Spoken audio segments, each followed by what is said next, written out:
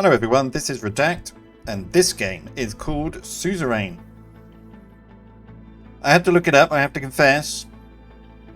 No, never come across that word before, but apparently Suzerain is the dominant party when you have things like vassal states. So you have vassal states who are the minor, and then you have the suzerains who are the major states in that relationship.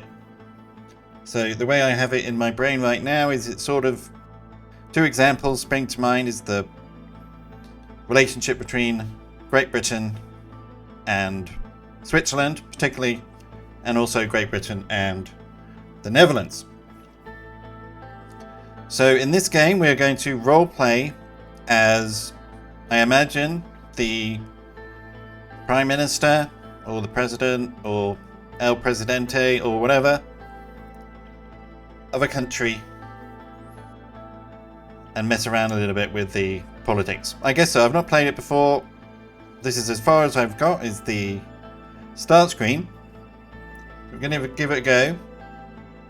Now I do know that there is I only know one person that is vaguely has some sort of mayoral job. So what I'm going to do is roleplay as them, and hopefully things will sort itself out. So whenever I have a decision I need to make, I'm going to think, what would they do? So if anything goes wrong, you know who to blame. I'm not naming them, but they know who they are and you know who they are. So let's get started.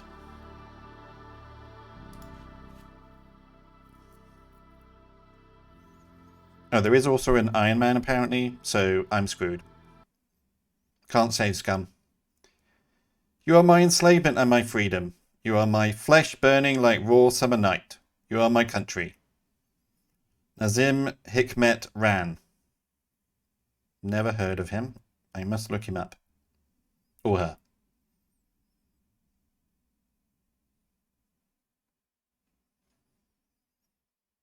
Oh. 1908 Kingdom of Sordland. You open your eyes to this world. You came from a wealthy family in the city of Lackhaven, a middle-income family in the city of Holsuld, an impoverished family in the city of Dea. We shall be a wealthy family. To give myself all the advantages that I can. Your parents named you Anton. As the only child of a successful businessman, you had the chance to grow up in a wealthy family. Life was easy at first and you had the best education money could afford. However, things inside the Rain family changed due to the absence of your father. This affected your mother and you negatively. Fuck's sake.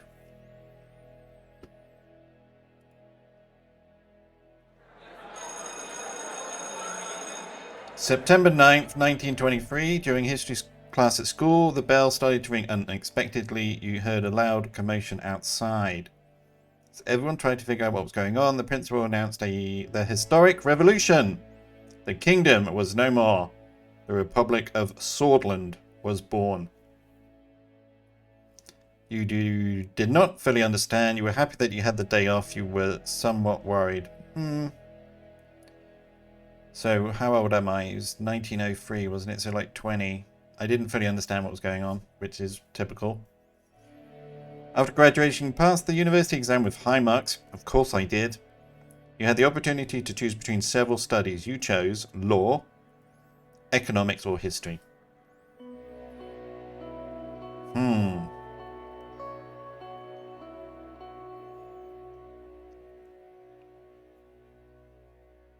Law.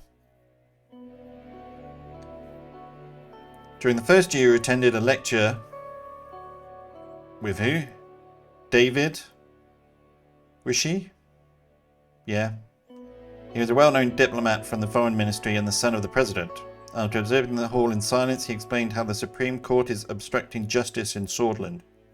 He stated that laws should be applied fairly, that even the members of the Supreme Court are subject to the same laws. You agreed in principle, you questioned what you were being taught.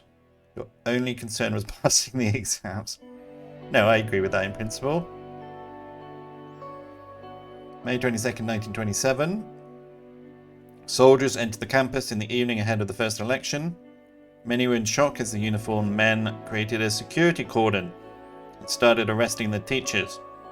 A group of students started gathering in protest, along with your best friend, Peter Vectern. You decided to...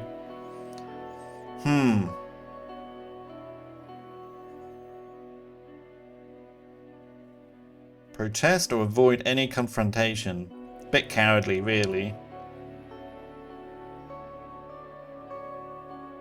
He's my best friend. Maybe he'd be my... I can't remember what they're called. Vice president or whatever. Students are expected to protest.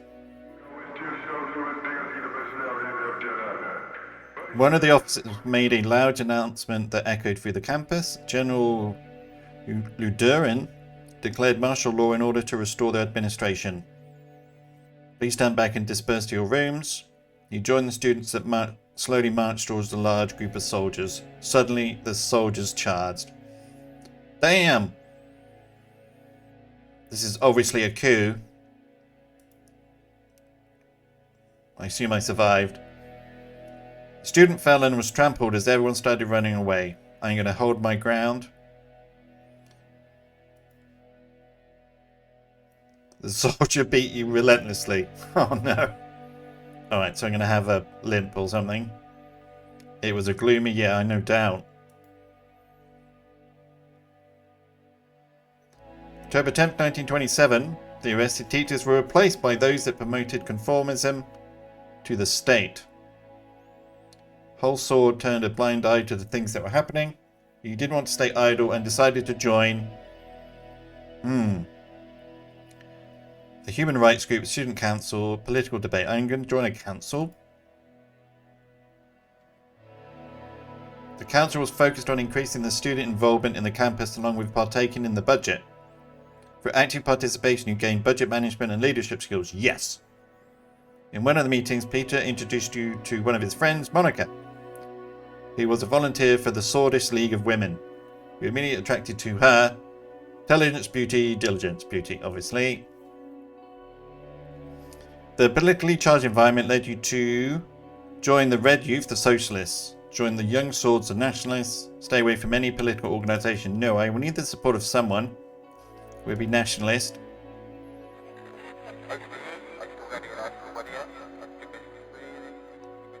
June 2nd, 1928, the radio relayed that the Communist General Rickard surrounded Sordland and his troops, demanding their surrender. They refused and heavy fighting broke out across the country. You just couldn't believe it. The army was fighting amongst themselves. Sordland plunged into chaos. Rickard's sudden attack caused even more bloodshed in the country. He seemed different compared to fascist Sordland. In your opinion, however, he was more of the same. Yeah, they're all the same. So you participated in a protest march. You were chanting, "One nation, one system, one people." End the chaos, we want stability. United we stand, divided we fall.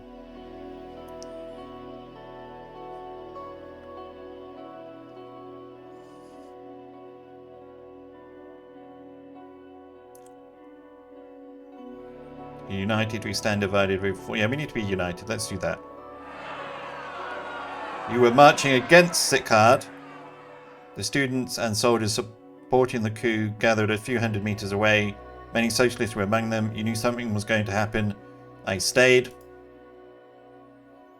There was a massive clash between the two sides. Soldiers began to beat the students. Tanks started rolling forward. Oh my goodness. In this chaotic moment, you saw a young girl about to get run over by the tank. You ran to save her. Of course I did. I'm brave. But you couldn't reach her in time. God damn it. You never forgot her face. They're going to pay for their crimes. The clashes escalated into a full-blown civil war. The horrors made you isolate yourself for a while. Monica helped you cope and love grew between the two of you. However, it was a difficult time for love. The chaos must end. Yes, and I'm the person to do it. 1929, Republic of Sordland. The charismatic colonel Tarquin Sol, orchestrated a sudden attack and brought an end to the war. He wrote a new constitution and restored stability. The people saw him as a saviour. He formed the United Sordland Party and ran as presidential candidate. First ever elections. Yes. I'm going to vote for them, because I'm going to be the leader. USP won the election by a large majority. After graduation, you kept seeing Monaco and noticed her interest to marry. However, a letter arrived from the military calling you to fulfill your compulsory service. It is time to serve your national duty. Fine. February 1930, Begia region. Devastating civil war broke out in the neighbouring country Welen. The distinguished Major Joseph Lancia ordered you to lead your squad on a border patrol mission. It's a very cold winter night when you began marching out of Gumran outpost. You could see your breath. After several hours of marching through the snowy hills, distant noises were heard. The visibility was too low to confirm the source. The squad crawled forward in formation and found a spot to observe. A group of refugees had made it beyond the border fence.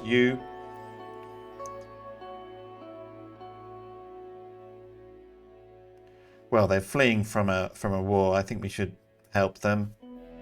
Should we? I don't know. After the patrol, Major Lancia arrived with anger and immediately relieved you of your command, calling you a disappointment. One of your squad members had reported your actions. Fine, I will remember this. You will all be punished. After several months of scrubbing the floors as a punishment, your duties ended and you went back to civilian life. 1931. You and Monaco decided to share your lives together. After receiving the blessing of her parents, the ceremony was held in a whole sword. During the same year, you worked hard to secure a high-paying job at the governing United Sordland Party. It's much more difficult to start your career on a good foot because of the refugee incident, but you still managed. Damn it. I should be evil. Okay, I'm going to be evil now. I forgot who I'm role-playing as. Working for the ruling party was the easiest path to power, yes. Financial compensation too great to pass up. Best opportunity to change the country for the better. No, I want power. You became the legal assistant to one of the more experienced members of the assembly. You worked long and hard, staying late at work and going through hundreds of pages of legal documents. You were climbing the ladder. September 1933. Sol strengthened the Republic by removing the institutions and symbols of the former kingdom from society. Things were also looking up for the country as the massive economic boom continued, and people were the happiest they'd been in a decade. Election time came and he was decided. President Tarquin was elected once more. April 2nd, 1934. The ongoing legal battle between the Justice Ministry and the Supreme Court put you in a lot of stress. But your significant contribution to the legal case triggered an invitation to meet President Tarquin Sol himself, who offered you a key position. You were to become the youngest member of the assembly. Yes. Power. As the youngest MP, it was difficult to connect with the influential inner circle. You needed allies, so you brought Peter as your right-hand man. The birth of your son, Frank, provided a brief moment of joy and relief. You sacrifice work to spend time with your family. Sacrifice family to improve your position in the party. Yes, I have to be president. Just like your father once did to you, you prioritize work over family. Along with Peter, you accomplished great things in the party. Yes, I did. At home, Monaco and Frank felt your absence. I'm sorry. Meanwhile, President Sol increased his authority over the years. His growing ego started to cause strife within the party. Cracks began to show. No, I refuse. Everyone must be completely and 100% obedient to me when I'm president. President Sol barely secured a majority in the election against the opposition leader. Over the past year, people were growing discontent with corruption and the worsening quality of life. Meanwhile, calls for a united Sordland Party Congress became louder.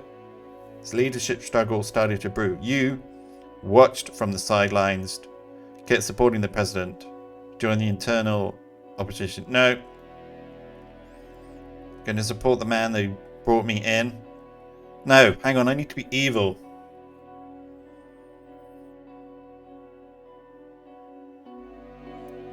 Discontent with corruption.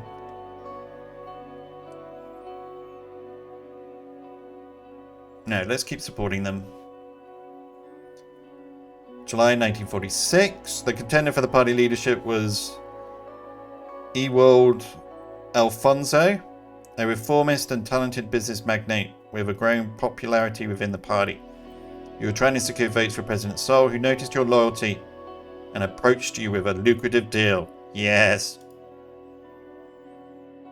The President offered you the position of Minister of Justice and Law. Yes. The next government, if you backed him in the upcoming vote. I accepted, of course.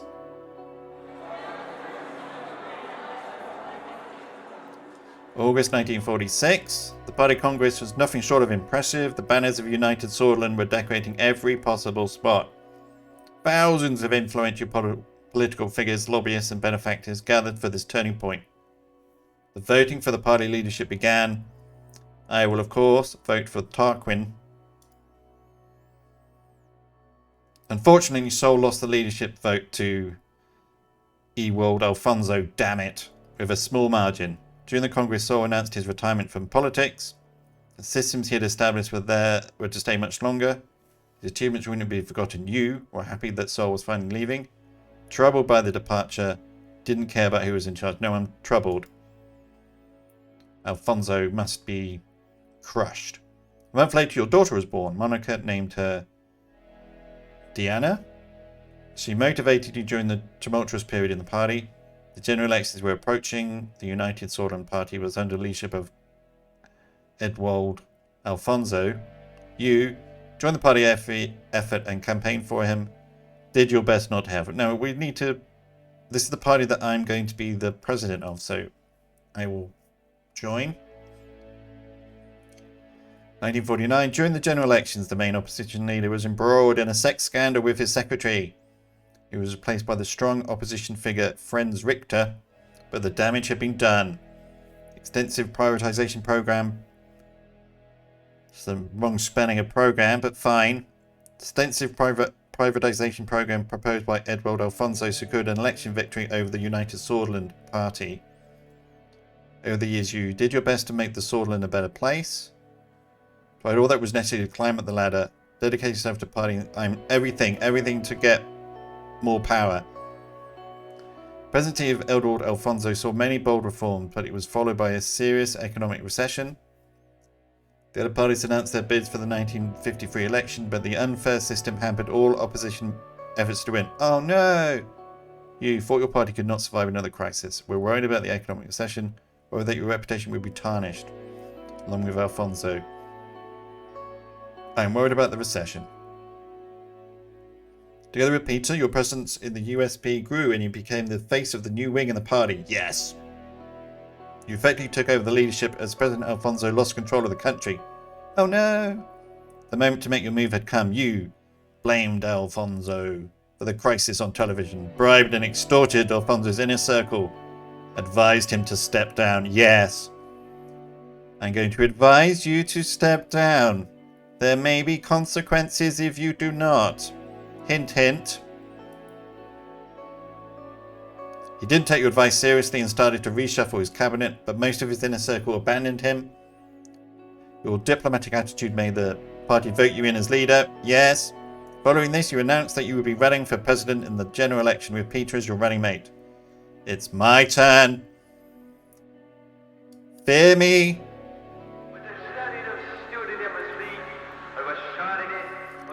After visiting every city and town during the campaign, you made a speech on state television. You promised to enact democratic reforms. No. No. Preserve national values, yes. I'm going to be in power.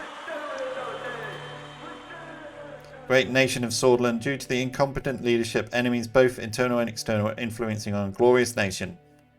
Today, more than ever, we need to unite under one flag and protect our values. Greasy Sordland? The broadcast ended. November 5th, 1953. The election day, millions went out to cast their votes. It was time to face the truth.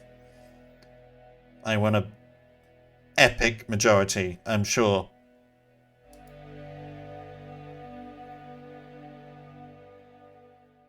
Prologue, Rise to Power, Chapter 1, President Reign.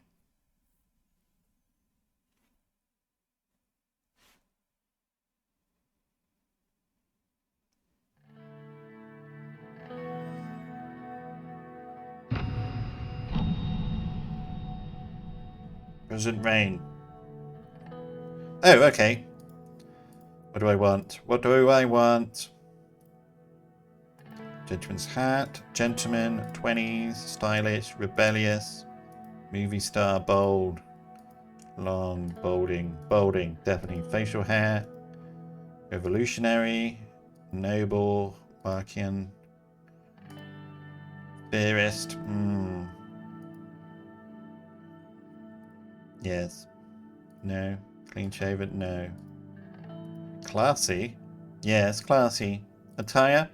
White suit, grand, tuxedo. No, I like the tuxedo. Accessories? Cigar, thin glasses. Black glasses, none. I shall give myself black glasses. Brown glasses? Brown glasses.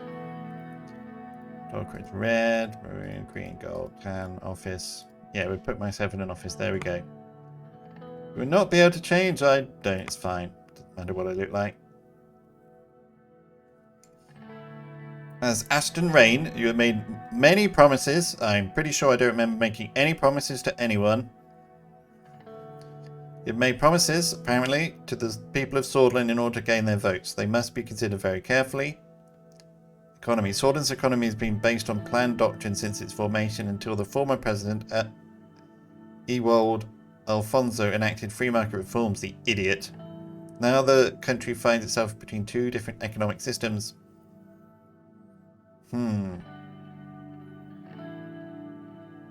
Which one can I corrupt more?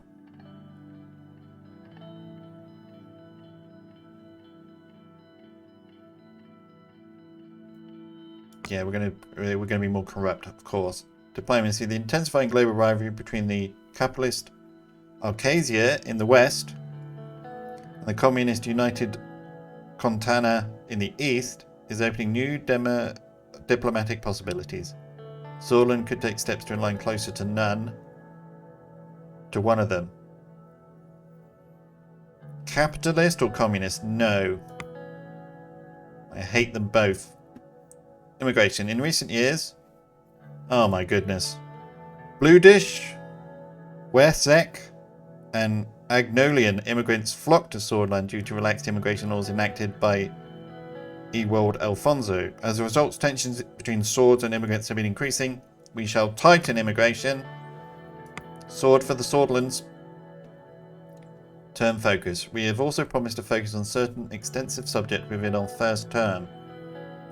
Oh, they think I'll get a second term. Okay. People expect us to solve the negative situations within this topic while providing an overall improvement to the related policies. People expect us to solve the negative situations within this topic while providing an overall improvement to the related policies. Okay. Health. Since the 1940s, the difference between service quality between urban and rural hospitals has been getting worse. The average life expectancy has dropped significantly. Okay, so health. Education. Lack of schools, teachers, and even classroom equipment in certain areas cause massive gaps in previously robust education system. Law and enforcement. Increased crime is pushing law enforcement to the limits, while judges at courts deal with a huge and expanding backlog of legal cases. Military. The military protects the country from hostile threats. While some see it as a massive financial burden, others argue it is a critical deterrent. Now we're going to sort out. I'm a lawyer, if I recall correctly, so we're going to sort this out. Promise will be remembered, and they will have consequences. Oh no! Alright, fine. 2 weeks passed since we won the election. Got it. Okay.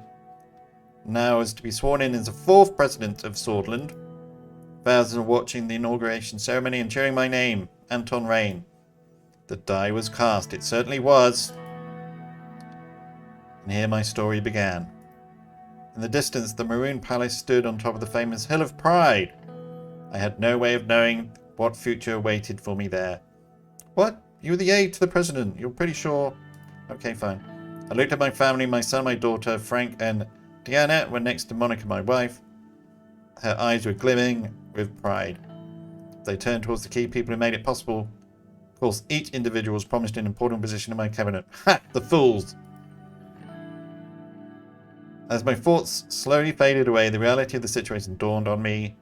Also, Hawker, the Chief Justice of the Supreme Court, was waiting for me. The time for the oath has come. Okay, I am ready. It has indeed. Let's start. It has indeed. The time for the oath has come. It has indeed. Yes. Please repeat after me. I do solemnly swear. I do solemnly swear that I will respectfully execute the office of the President of Sordland. Yes, I will. And to the best of my ability, preserve, protect, and defend. To the best of my... Yes. Defend the people and the Constitution of the Republic of Sordland. Yes. You may now deliver your inauguration speech, Mr. President. Okay. I'm going to thank him. It is an honor. Let's begin. I'm going to thank him, I suppose. Thank you, Mr. Hawker, for doing your job. Dear citizens of Sordland, brothers and sisters, my fellow swords. Yes, my fellow swords. I look very eager. The idea of unity, the current dire situation, change and hope. Yes, change and hope.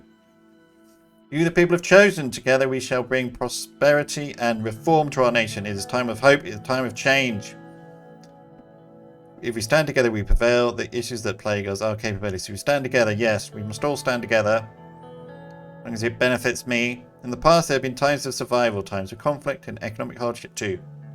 But whenever we stood together, we prevailed. I promise you we will stop the recession and eliminate poverty. Wow.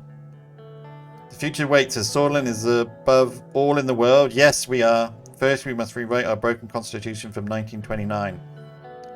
Well, I have to see whether it gives the president unlimited number of terms. Yeah, so let's not promise that.